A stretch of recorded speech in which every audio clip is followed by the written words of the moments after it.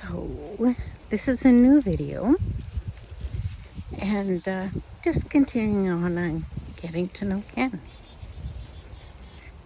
For some reason, I've been missing him a lot the last couple of weeks. And contrary to what I said before, it's only been 2.5 years. So I guess it's a normal grieving process. There will come times where life is good, you smile, the day goes good. So, yeah, it's all part of the grieving process. So what was Ken like? Well, years ago I was diagnosed with Crohn's and kidney disease. And that pretty well meant that I could no longer have any alcohol, which I didn't a lot anyhow. I was a more reserved kind of person then. And he looked at me one day and he said, well, if you can't drink, I won't drink. So we didn't. And he was very supportive. He loved his kids. And he'd give you the shirt off his back. So I was the one that said, you might need that shirt, one day, or that kind of thing. And he was always one to take people under his wing. You also couldn't take advantage of him. He was discerning. And he knew the genuine people. He knew the people that were, well, the going's good, they're your friend.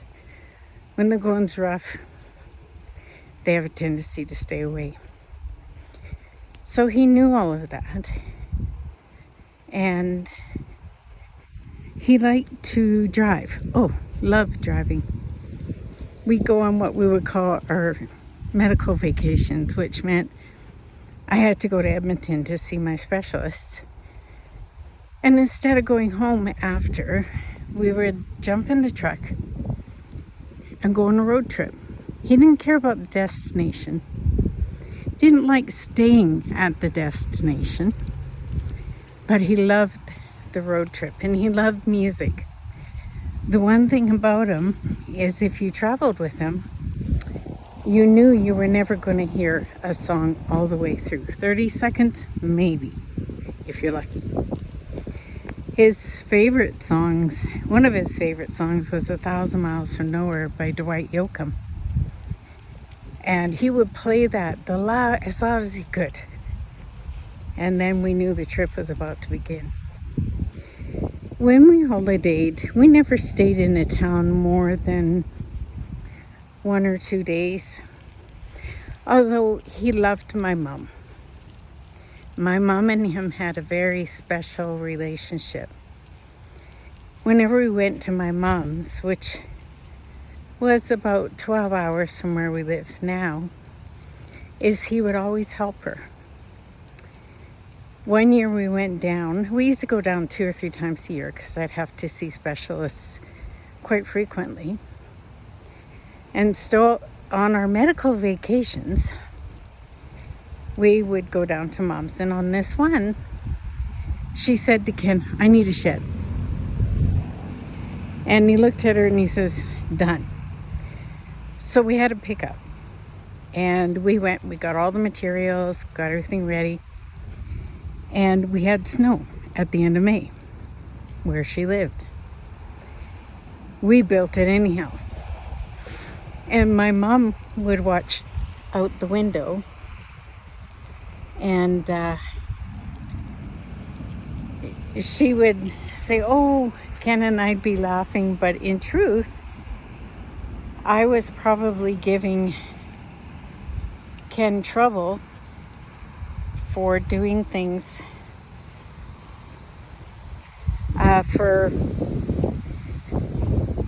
maybe designing it how he wanted to design it. And me not being a carpenter or anything familiar with that would be disagreeing with him, not you.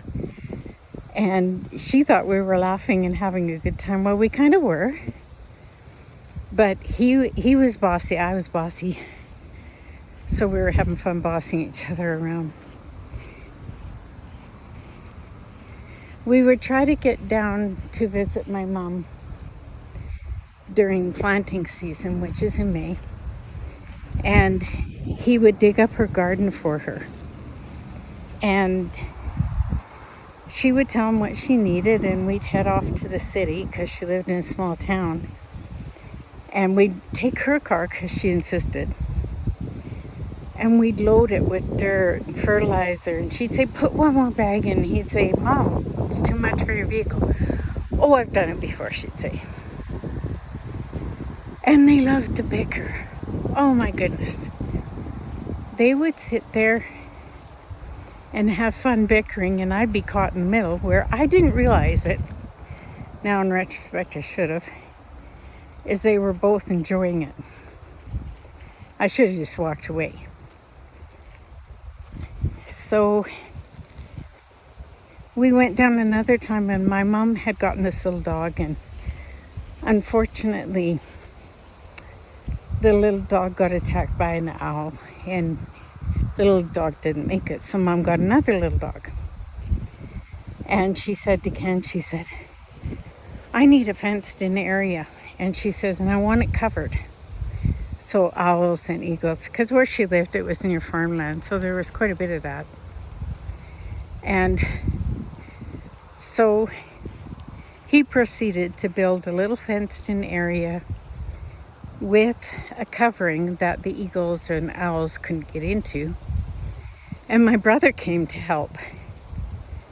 And I have to laugh because I'd look out and there'd be Ken just digging away, getting the fence posts in. And I looked over at my brother, and the soil in my mom's yard was hard packed, so it was really hard to dig. I looked over at my brother. Here he has a tablespoon, and he's digging out spoonful by spoonful this hard packed earth. And then I'd watch, and my brother would lay down and have a drink. And every time he sensed Ken looking at him, he'd go and vigorously dig away. So those are the memories of my husband. And he was more than willing. He was very generous with his time. And he would put others' needs sometimes before ours. And he helped my nephew wire up his garage. He helped other relatives wire up their homes. So the kind of thing that happened is every time we went to visit my mom, she would have a list for him. So many memories. They're both in heaven together, I'm sure of it. And they're both bossing people around. I know that for a fact. Mom would be telling people how to do things. And then Ken would be telling them, no, do it this way. So I do miss them, and I have a very strong faith. I know I'll see both of them again. And I treasure the time I had with both of them because I didn't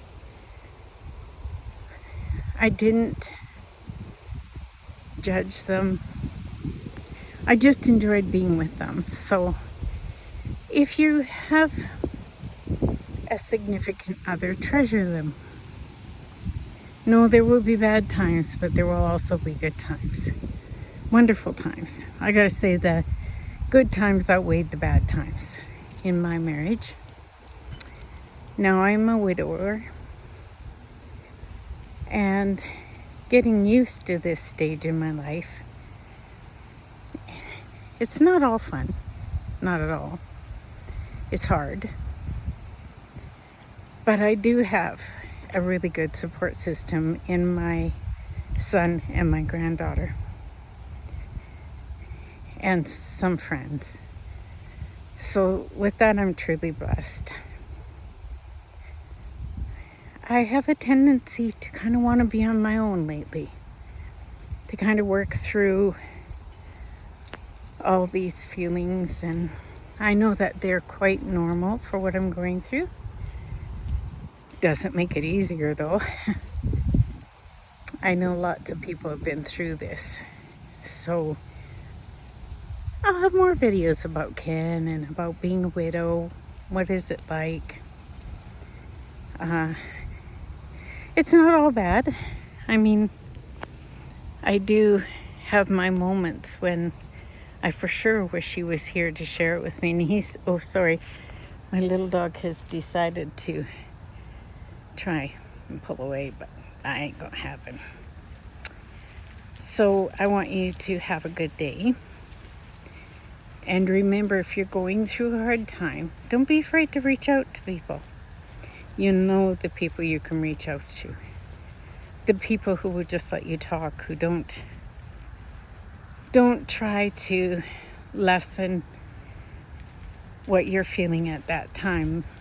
Sometimes you just need to talk about it. Getting it out is better than keeping it in. So I want to wish you all a good day, and we'll talk to you again. Ta-ta for now.